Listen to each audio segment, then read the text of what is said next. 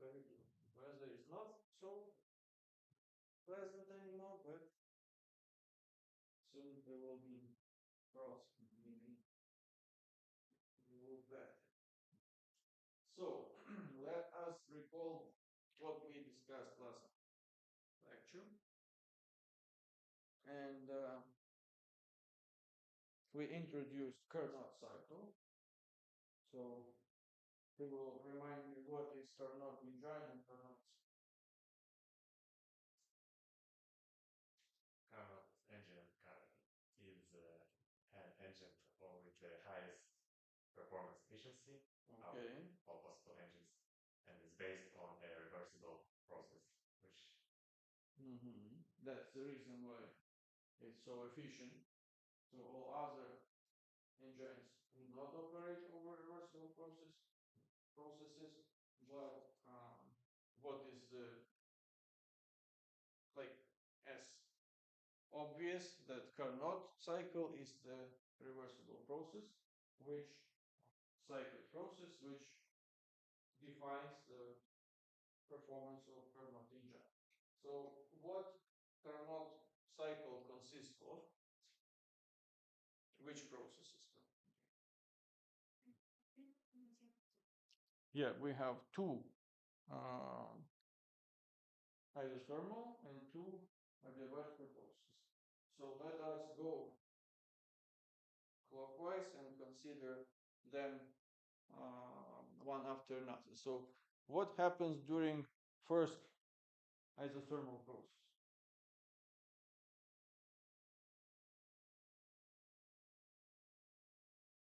Assuming that we start from high temperature of high reservoir, and the system is expanding. So during first isothermal process, so we consider working medium as ideal gas. Ideal gas expands. It stays at the same temperature since it's isothermal process, and it consumes heat, like energy in form of heat from hot reservoir. So it gains energy via heat transfer, QH, performs work while keeping temperature constant. So internal energy doesn't change. Then we have adiabatic process. So what happens during this adiabatic process?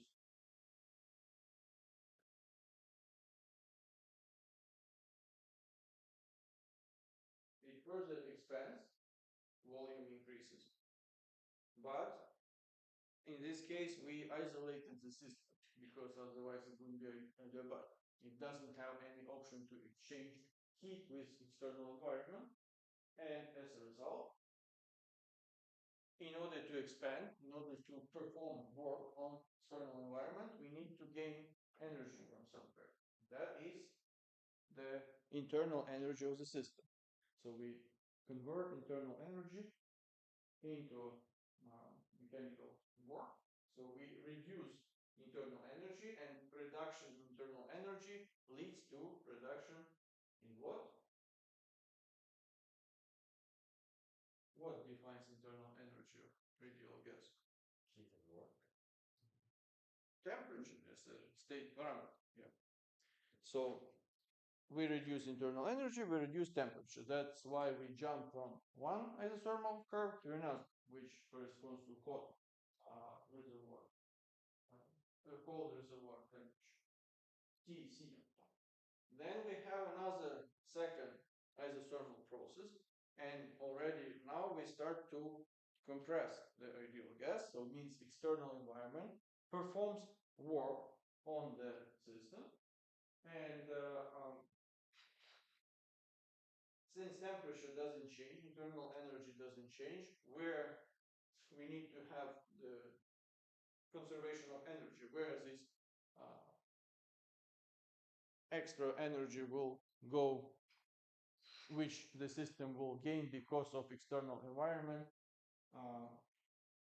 performing some work on the system. So it will be expelled to the as in form of heat to cold reservoir, QC. So during first thermal process, we gain heat as a system, and during second thermal process, heat is expelled. So eventually, we need to close the cycle. We have to uh, add one more adiabatic process, and during that adiabatic process, we further experience compression of ideal gas. System is so the external environment is performing work on the system. There is no heat exchange, and that results in increase of what?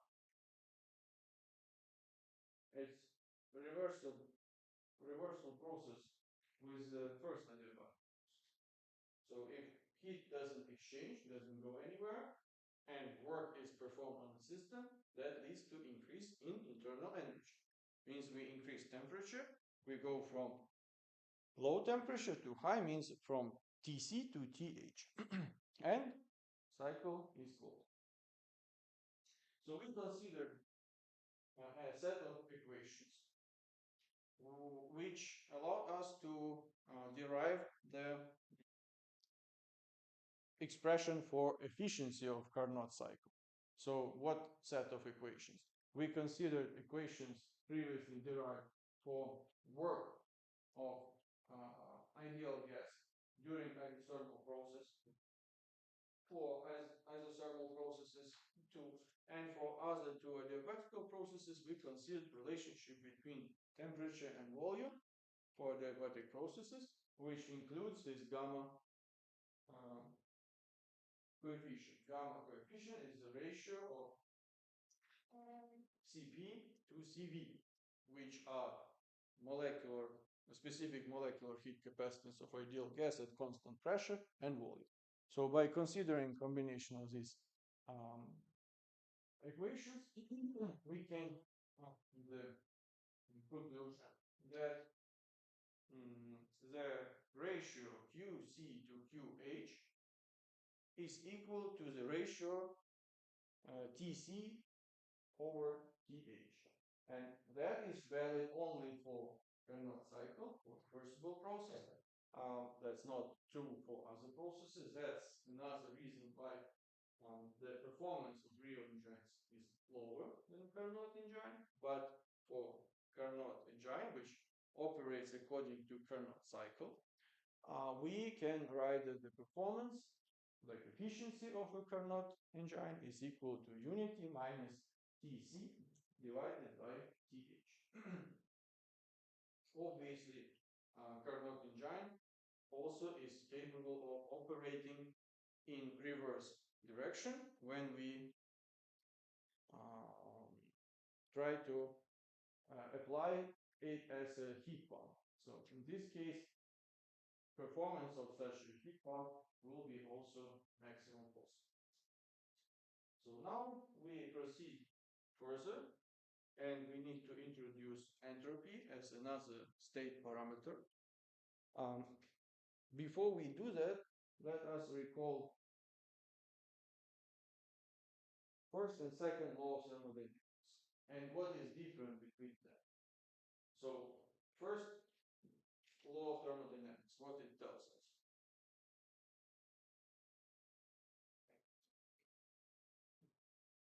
That is conservation of energy. So we have change of internal energy is equal to heat and plus water.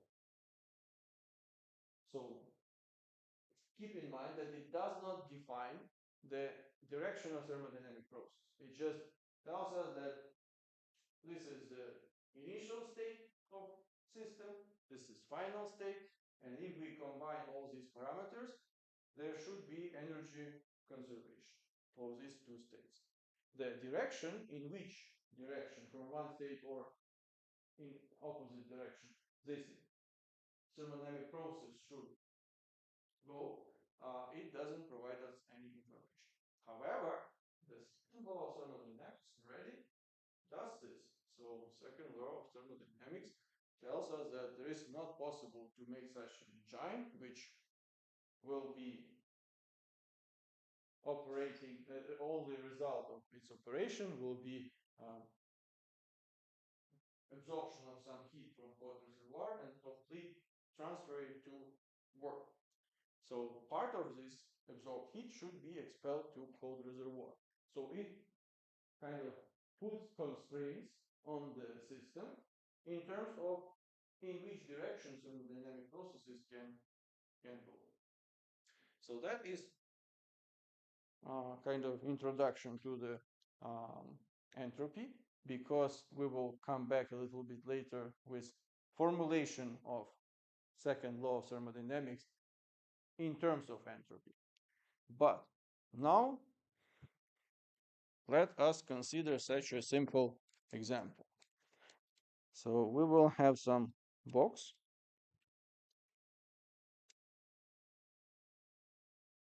which is divided in half with some membrane, some wall. So here we have ideal gas in the left side of the box.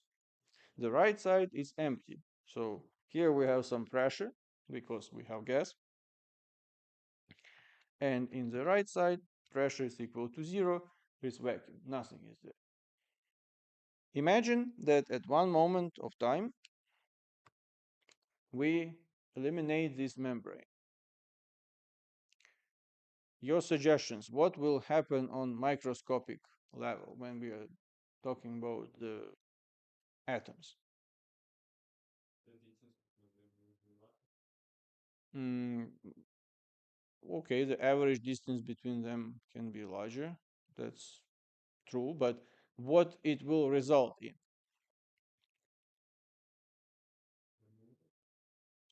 There will be some directional motion of these atoms into the empty space, obviously.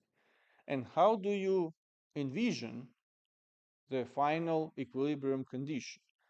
Would it be possible, from your point of view, that we have something like this after some time? That all atoms of ideal gas will be in the right side of the container. Well, obviously, this is not what we would expect. However, such probability exists. It's just very low. Very low probability that something like this will happen, but not equal to zero. The same stands for the case when, after all these molecules going in all over the cylinder, that they will come back again to this left side of the cylinder. So, very unlikely scenario. So what will happen? Eventually, these atoms will uniformly fill all volume of the chamber. So what is the difference between these two states when we have all molecules in one half of the chamber and then distributed all over the chamber? The key difference here is the number of microscopic states which can create the microscopic state. So there is some pressure, P, here in this right side, left side, before they all move. And it's described by a number of microscopic states, as here is also some pressure, P, resultant. And they are described in a larger number of possible microscopic states. What do we understand under microscopic state? So let's say these are all atoms which are inside the chamber. And here we have some pattern for distribution, location of these atoms within the chamber in given moment of time, let's say. This distribution of this number of atoms results in certain pressure, P, which is the state parameter, macroscopic state parameter. However, the same macroscopic state parameter, pressure P, can be realized with a different orientation of this molecule. It will not make any difference. Pressure will be the same as microscopic parameter, but microscopic state will be different. And the number of possible microscopic states within which we will realize the macroscopic state defines the level of disorder in the system. So the thing is that thermodynamic processes, we will highlight it a little bit later, they, in isolated systems, they tend to go to the uh,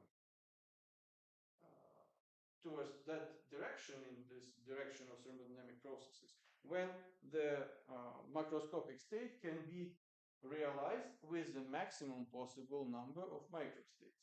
That means that eventually we will end up with a case when we have largest level of disorder in the system. And that is clearly shown here because all these molecules from the left side, they will just fill the container completely, and the level of disorder is higher, which is quantitatively associated with number of possible microscopic states to realize this macroscopic state.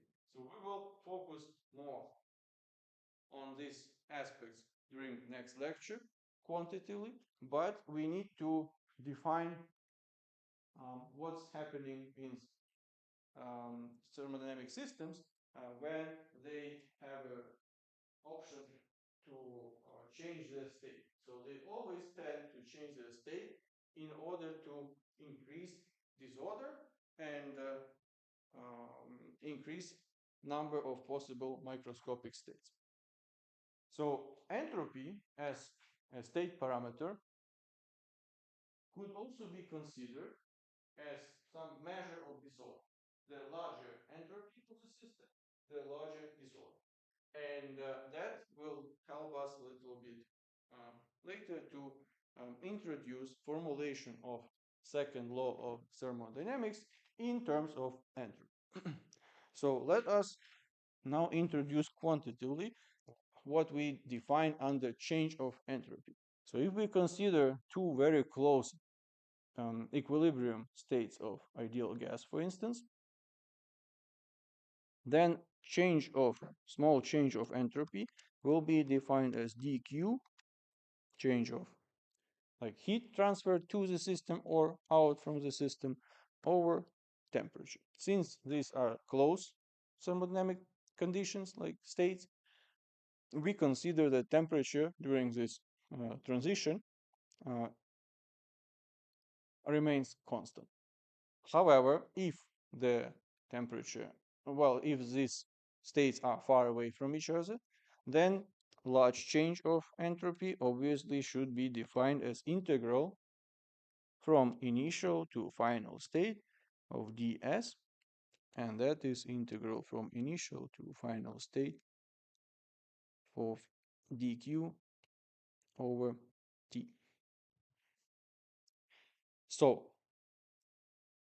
what if we have some closed cycle of some closed reversible cycle, which is Carnot cycle? So we can show for Carnot cycle that change of entropy, according to previous definition of this change of entropy. Keep in mind that so far we are talking about change of entropy, not about value of like magnitude of entropy. So we care now about change in order to see the direction of thermodynamic process, either entropy is increasing or decreasing.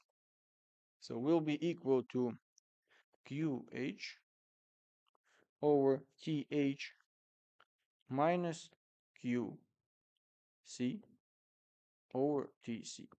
So we know that there are two processes, two isothermal processes, during which we have heat exchange with external environment during Carnot cycle, and during first isothermal process, temperature is TH. It doesn't change, so we don't need to have any integral here. And we know amount of heat which is transferred to the system. So you see that this term comes with positive sign because we gain heat and entropy is increasing. So when we gain heat, transfer heat through the interface between environment and system um, towards the system, entropy of the system is increasing, but at the same time, entropy of the environment is decreasing because heat was transferred from environment. In the contrary, if we, during this second isothermal process, expel heat from the system to the cold reservoir, then the change of entropy comes with not minus because system gives away this heat, and at the same time, that increases entropy of the environment. So again, it's isothermal process. Temperature doesn't change. We don't have any integral. So keep in mind that the sign of change of entropy is defined either by absorbing or expelling heat by the system. So now recall what we did last time, and we spent some time deriving the following relationship that QC over QH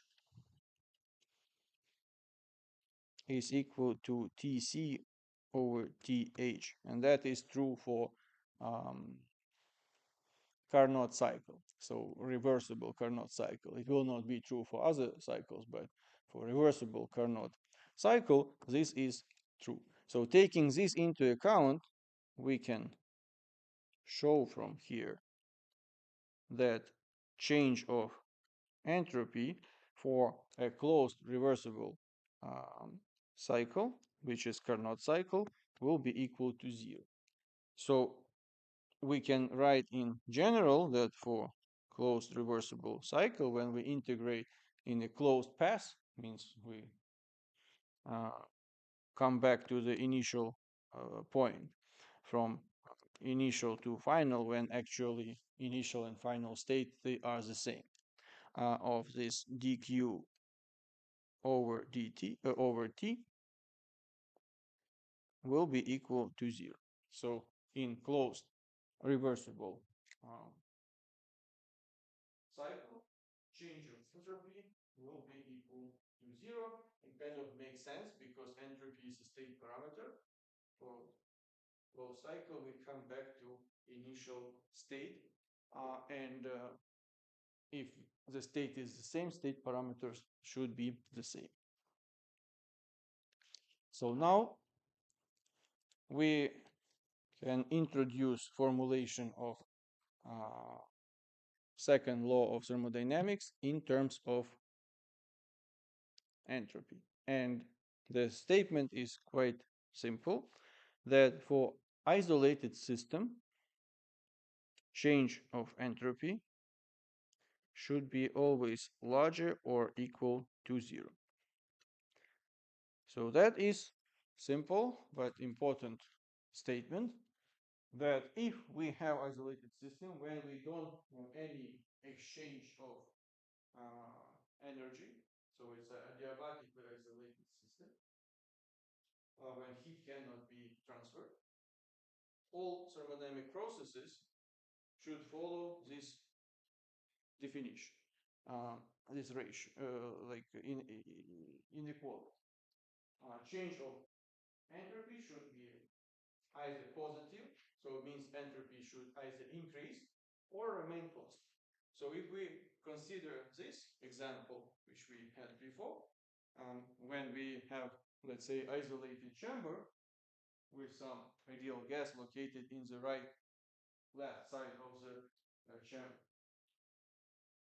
then we take away this membrane and let these atoms to fill whole chamber.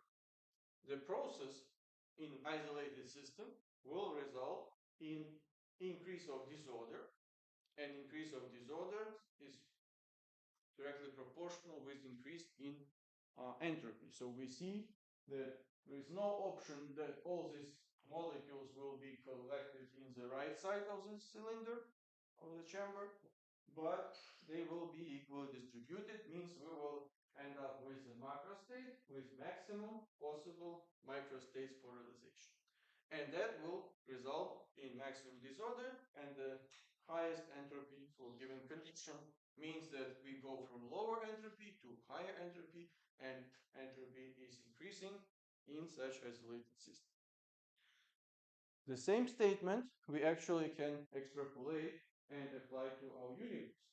Universe is a closed system, and entropy of universe, all thermodynamic processes in universe, they result in increase of disorder and increase of entropy. So we cannot stop this process; it will just continue. The universe is expanding. The So we can detect it easily in the scope of universe when we measure speed of relative speed of motion of different galaxies with respect to each other. The further galaxies are, the faster they are going away from us. The same happens in the scope of galaxies. The same happens in the scope of star systems, and eventually we will reach to such state when even atoms, which are building blocks of matter, will vanish and nothing will be left. So the definition of the maximum microstates for given macrostate is when there is no energy left to perform any useful work or any work. So if you consider these two examples, in the first case, we have all atoms of ideal gas in one side of this chamber. Means that it has a potential to perform work because it can expand to the right side of the chamber. However, in this case, when this expansion happened and we got some equilibrium condition, there is no option for this ideal gas to perform any work. So if we take this like very fundamentally, this statement, then the true equilibrium state will be when nothing exists, because then there is no matter, no energy, and that's actually the future of our universe to be fully vanished. However, it's kind of far future, so we should not worry so much about it. So another thing, entropy application is also another option to highlight the fact that we cannot reverse time. Because if in isolated system, universe, entropy always increases,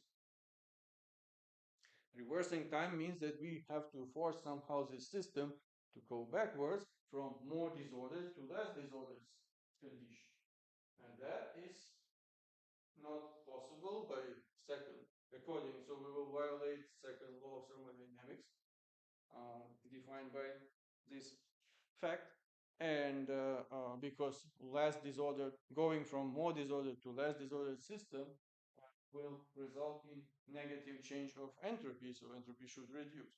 But for isolated system, it cannot happen. It cannot be, change of entropy cannot be negative. So you can, in some way, kind of formulate a statement of the fact that time is flowing only in one direction with the fact based on the second law of thermodynamics when entropy should always increase.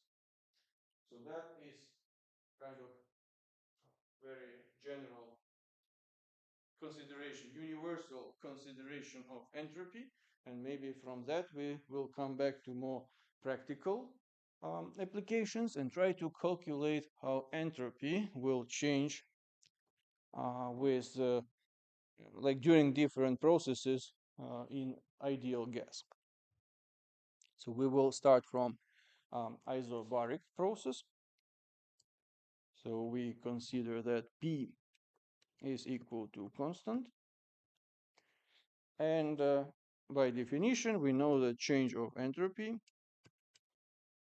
is equal to dq over T.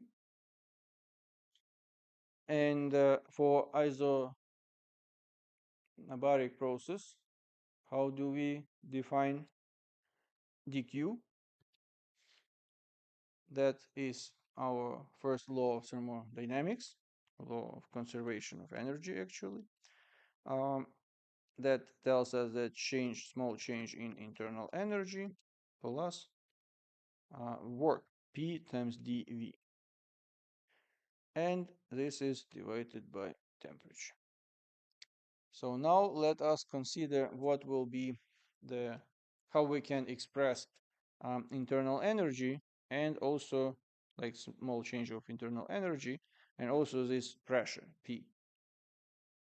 So as you remember from our previous discussions, we can express change in internal energy as nu times, which is number of moles, times CV, which is molar specific heat capacitance for constant volume, and here will be dt. So that is for change in internal energy. Then we can also recall equation for the state of ideal gas. That will be PV times P times V is equal to nu times R times T. From here we can express P, pressure, which will be nu times R times T over V. And now we substitute these expressions in our equation for change of entropy. So we can write here that it will be nu times CV times dt over T plus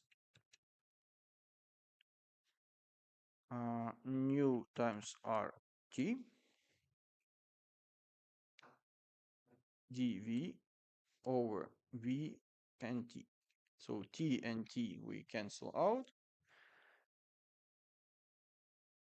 And eventually we have nu times CV times dt over T, and plus nu times R dV over V. So now if we want to get the change of entropy in general, we need to integrate.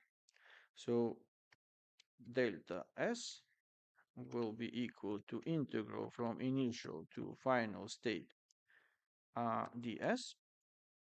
And that will be integral of nu times CV dt over T from initial to final plus integral from initial to final nu times R dV over V. So now we can factor out these constants because they don't change, and we will get nu times CV integral. Here we can already specify because we integrate over temperature, so we can specify T initial, T final plus integral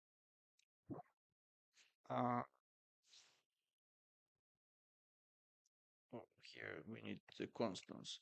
It will be nu times R integral from V initial to V final.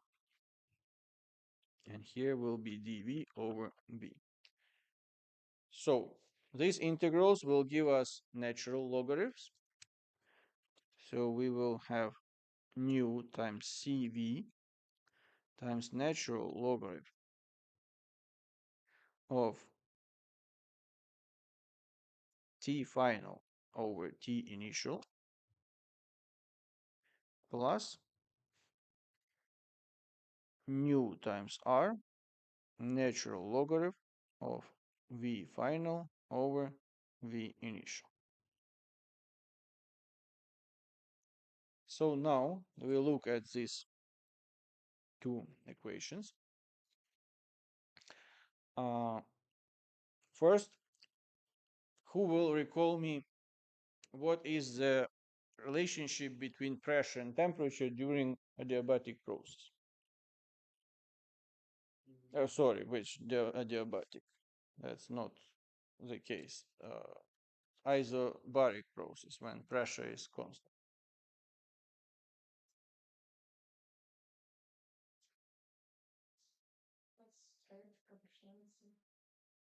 So how we write it? So V over T is constant. Okay. In other words, we can write that V final over T final is equal to V initial over T initial, right?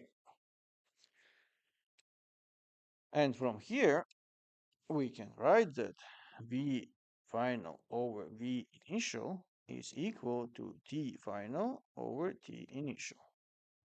And these are our arguments in the natural logarithm. So actually they are the same, and we can replace one of them with another in order to make them the same. So let us replace this temperature ratio by volume ratio. So we will continue here.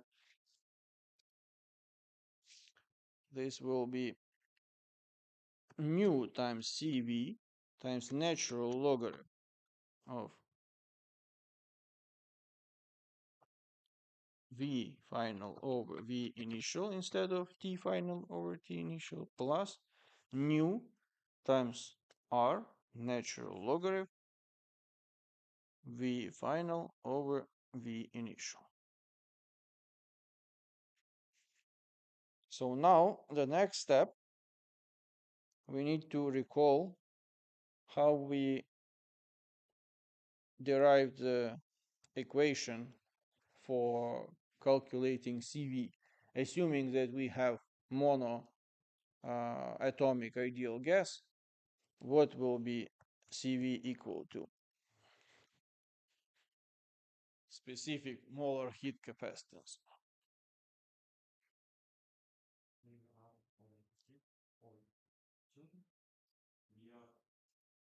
3 over 2 times R, which is universal gas constant.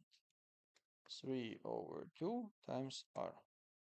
That is specific molar heat capacitance of monoatomic gas when we consider only translational motion of molecules at constant volume. So now we can substitute this here, and we get nu times, maybe let's first put this coefficient 3 over 2 times nu times R, natural logarithm of V final over V initial, plus nu times R, natural logarithm of V final over V initial. Now we can factor out natural logarithm times nu R. So it will be 3 half plus 1 times nu R natural logarithm of V final over V initial. And finally, we get 5 half times nu R natural logarithm of V final over V initial. So this is the equation which gives us an option to calculate the change of entropy in ideal gas during isobaric process, assuming, of course, that CV is given with 3 half times r. Because if it's different, then you need to take this into account. So here, obviously, we can operate with change in volume, in ratio between initial and final and initial volume. But also, you can represent it with change in temperature, because we made this substitution, temperature in volume instead of temperature, but we could have made substitution temperature instead of volume. So we will get also a similar equation, which gives us change of entropy for isobaric process in ideal gas in terms of either change in volume or change in temperature.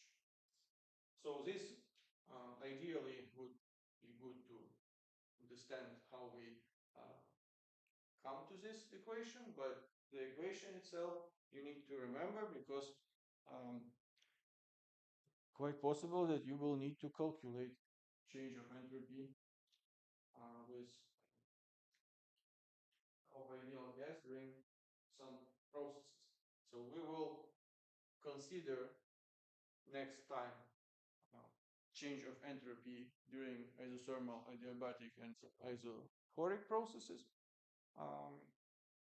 and continue explanation of entropy already from microscopic point of view, because so far we considered it more in terms of as a state parameter as for macroscopic conditions. And now let us summarize our discussion for today. So we introduced entropy, which is kind of, but it's a new state parameter. So and can be considered as some measure of disorder in the system. So we know that every system wants to. So if we have some isolated system, then the processes, thermodynamic processes inside the system will be governed by the rule that entropy of this closed system should either increase or remain constant. So change should be positive or equal to zero. And that is formulation of second law of thermodynamics. As we mentioned at the beginning, the difference between first and second law of thermodynamics. First, just conservation of energy, which does not tell us anything about direction of thermodynamic processes. However, at the same time, second law of thermodynamics in different formulations, so we know how it was formulated for heat engine, heat pump, and now in terms of entropy, it tells us that put some constraints, some rules, according to which thermodynamic processes should evolve. And we know from our today's discussion that in isolated system, it tends always to increase of disorder, means the condition when we have the highest probability and the highest number of possible microstates. And since entropy is could be considered as a measure of disorder in the system, entropy should increase always or remain constant. So on top of that, we also derive an equation which allows us to determine the change of entropy of ideal gas when ideal gas experience isobaric process. So further, we will consider all other processes because that is also important. Okay, guys, thank you very much for your attention. Hope to see you next time on Wednesday. And we are approaching actually to the last topic we are going to discuss during this talk.